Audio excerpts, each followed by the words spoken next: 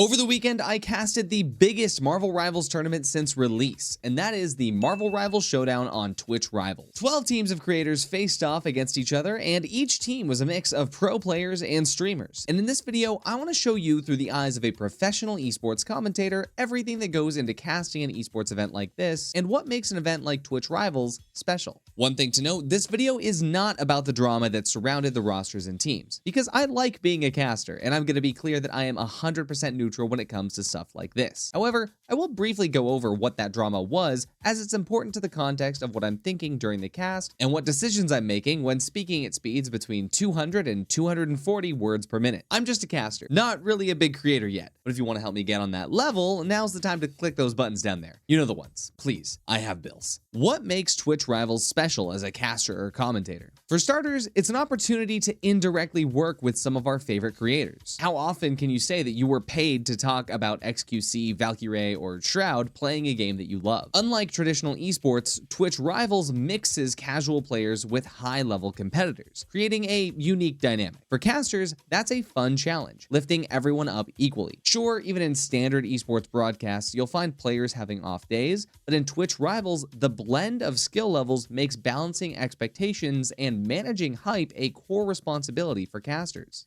Regardless of how anyone feels about the overall balance of the teams in the tournament, what does this mean for me, Astrovok, and Adam Savage? No, not that Adam Savage. This one, from the UK. Super awesome guy. Our job is to represent Twitch Rivals and Twitch itself.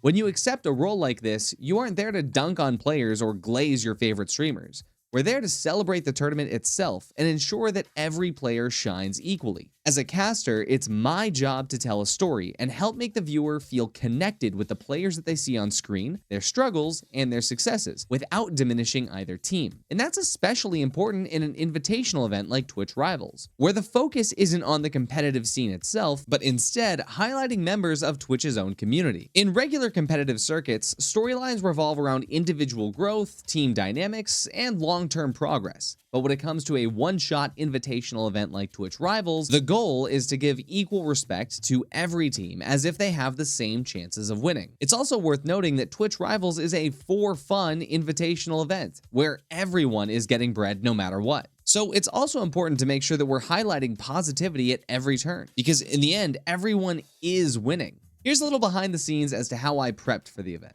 It is the day before Twitch Rivals, and what I'm doing right now is I'm making sure that I am capturing as much of the preparation for the event as I can. Now, more than half the streamers that are in Rivals aren't live right now, but as you can see, I've pretty much got all the bases covered. I'm pretty much only using this as a way to digest as much as I possibly can, but yes, that is 32 streams of Marvel Rivals up right now. Another main thing that I'm working on today, and actually even just like taking notes on, is the terminology for the game. So obviously with Marvel Rivals, instead of things like support and tank, you have strategist and vanguard. And those things are actually pretty important. Not for the general player that's watching, everybody knows the difference, but for me, it's mostly about making sure that the Marvel Rivals team that is watching this knows that I care about their brand. They know that I care about the differences that they intentionally made to separate their game from others, and by using that terminology to use skill instead of ability and hero instead of character, like just those small details really add up, because at the end of the day, I am trying to get more casting gigs for Marvel Rivals, and as long as I can prove that I'm doing my absolute best to bring the correct knowledge to the table, then I think I'll have a pretty good shot at doing this again sometime. But what does all of that mean for you, the viewer? How does any of this translate across the screen? So let's take a look at some of my clips here from the event, and let's talk about how I felt casting it. Unlike capes, that's totally fine. Let's get the Invisible Woman shield popping back up, bubble as well. Good heals coming in from Aspen. Aspen giving an absolute masterclass on how to play Invisible Woman right now, and Warren going to be picking up the first frag of this run as Subunny goes down. It's going to be a long walk back from the defender spawn right now as Fraga picks up one on Necros. He's going to get a double on a Fufu, and that's going to bring only 3 players remaining on the defensive side to hold this out as Team Aspen continues to clear up the competition and make progress on the point. So right there, it's basically just walking through, talking about it. I'm not calling out any bad behaviors. I'm not calling out anything that the defense is doing wrong. right here, I'm just celebrating that Team Aspen, that team that we're spectating. I'm celebrating their wins. I'm celebrating what they're doing. Aspen, I know, is actually a really good player, so I can call out, hey, this is a masterclass at how to play Invisible Woman. I know that Aspen is high ranked. I can say that. And also just talking from a perspective of just general performance and general goodness, you could say, hey, this person picks up the first kill. This person does that. These kinds of moments are what I would love to establish as my baseline as a caster. I'm giving information. It's well-timed. It's accurate. It's nicely paced. And it's honestly just good vibes. So in this clip here, it's the quarterfinals, but at the same time, this is something where we get a little bit more hype, but at the same time, it's still tempered because we still don't want to sort of set up any expectations yet. We're just maintaining what's happening without telling the audience how to feel here. To go out first, you see Solo Q really biding space right now. XQC dives in the back, pops the Eye of Agamotto. It's not really going to do too much here. Obless is going to be the first to follow. Solo Q gets the frag onto XQC. Squirrel Stampede comes out. We also get a huge Cloak and Daggy ult. There's a lot going on this point right now, but the attackers push forward, and XQC's team has to fall back. And fall back they have to. So I'm actually pretty proud of how I paced that right there, because this is not necessarily the most exciting thing, but it's a lot more exciting and it's a lot more tempered expectations. But now let's talk about a really, really hype moment.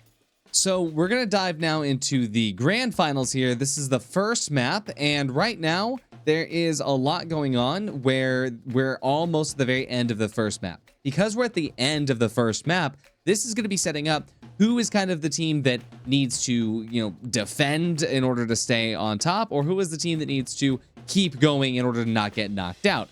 And when you're trying to pace those expectations, you can just be really, really hype on the very first map. Shredding through everyone, he will continue to do. Look at the amount of support the team has. Misrock as well, being triple healed right now in that turret. As that turret continues to try to deal damage, Taxi not able to get out into a way that matters. XQC, though, about to lead the charge. He's got the Groot ult. Is that Groot ult going to be countered with anything else? It does. It comes up. Moxie dealing incredible damage to both Coney and Misrock here as they get taken out of that turret. As that turret continues to... So here I can see that Zoms has his ult, XQC has his ult, but I feel like leading into this that XQC's ult is going to be a little bit more impactful because I see all these players right here close to each other.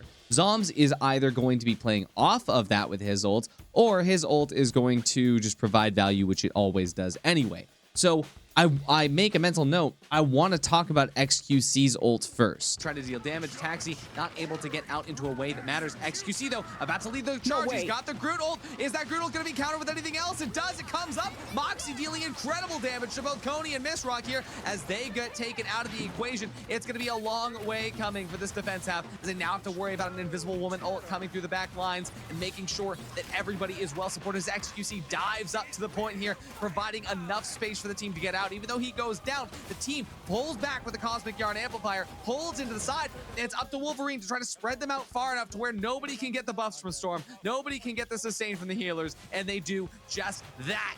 So right here, what happens is XQC's team starts to lose a little bit of steam. They push in, they do what they're supposed to, but then Super Gomez's team, they're on top, right? They have everybody alive. They just took out XQC, who led that charge.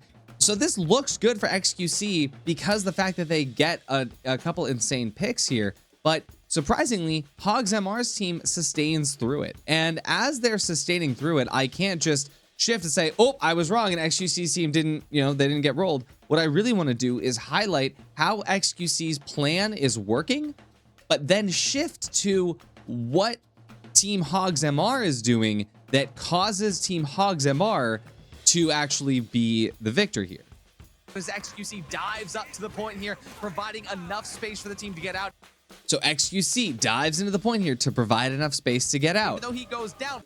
But then even though he goes down, the team comes in. But now let's talk about what Team Hogs MR is doing. The team pulls back with the Cosmic Yarn Amplifier, holds into the side, and it's up to Wolverine to try to spread them out far enough to where nobody can get the buffs from Storm, nobody can get the sustain from the healers, and they do just that.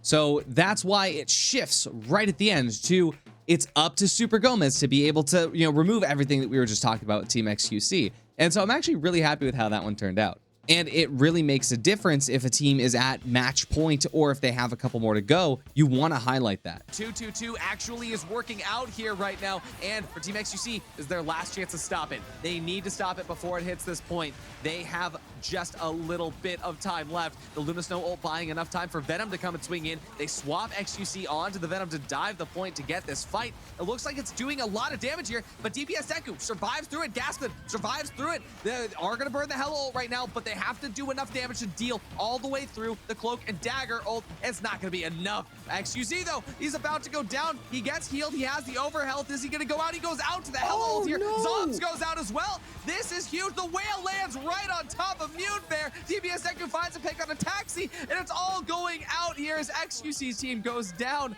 They just need to get this the rest of the way. Gets pushed off. It's overtime. They're gonna have to trickle in, but there's no coming back from this Astrobach. I believe that this is it, where Team Hogs MR have pushed us out, but XQC switches to Venom. There's a chance. He switches to Venom. He holds on, running around in circles, waiting for the team to come in, but they're still trickling, and XQC can't touch. It's Hogs MR, the grand champions of Twitch Rivals. Who would have thought that Team XQC? I hope you enjoyed the small peek behind the curtain and seeing what my thought process looks like as a caster. If you want to see more content like this, or see an in-depth VOD review of my casts, or if you just want to know more about what it's like to be a caster, leave a comment down below. While you're at it, like and subscribe if you haven't already, and help me grow throughout my new content journey. Thanks for watching, and don't worry, you'll see me around.